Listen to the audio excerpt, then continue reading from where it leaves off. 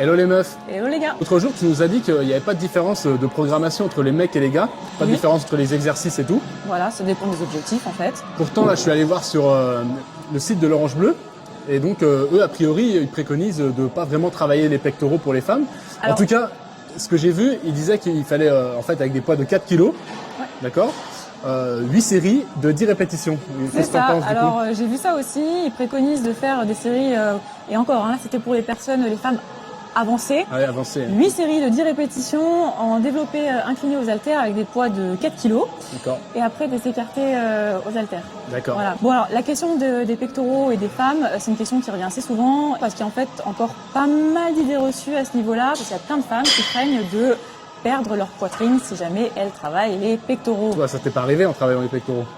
Non, mais ça n'arrivera à personne. D'accord. Parce que travailler un muscle, en fait, ne va pas vous faire perdre la graisse qu'il y a à côté. Dans le cas de la poitrine, c'est principalement de la graisse. Et le seul moyen de perdre votre poitrine, en fait, ça va être si jamais vous êtes en déficit calorique, en fait, si jamais vous perdez du gras, en fait, Voilà. tout simplement.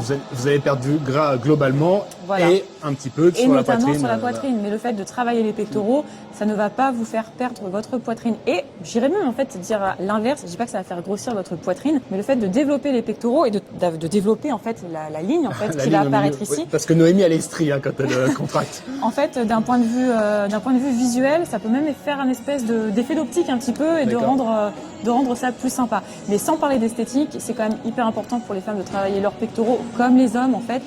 Déjà d'un point de vue global pour que ce soit plus harmonieux. Pour la santé également. Hein. Mais pour la santé, parce que si vous travaillez votre dos et que vous ne travaillez pas les muscles antagonistes en fait, donc qui se trouvent de l'autre côté, donc à savoir les pectoraux, ça risque de poser des problèmes, des déséquilibres. Au moment de faire vos exercices, vous risquez de manquer de force en fait à ce moment-là. Au niveau postural, etc.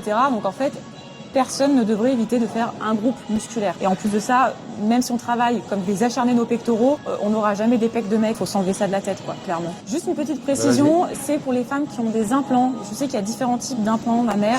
Il y en a qui peuvent être sous le muscle ou sur le muscle, etc. Et dans ces cas-là, effectivement, peut-être que le travail des pectoraux doit être un petit peu différent. Mais là encore, et ça, je pense qu'il y a une nana qui fait de la muscu qui se fait poser des implants. Je pense qu'elle demandera à son chirurgien pour en savoir un peu plus. Quoi. Ouais, t'en sais des choses en fait. Et ouais. Ouais. Je crois qu'on a fait le tour. Si aussi peut-être dire que la séance PEC c'est un peu la meilleure séance. Ouais, c'est la plus sympa, ouais. Voilà. Okay. Donc allez-y. T'es d'accord avec ça Léna. aussi alors? Ouais. Ok, bah pareil. Ok, bon bah merci beaucoup Noémie. Allez, rien. à la prochaine les gars. À plus les meufs.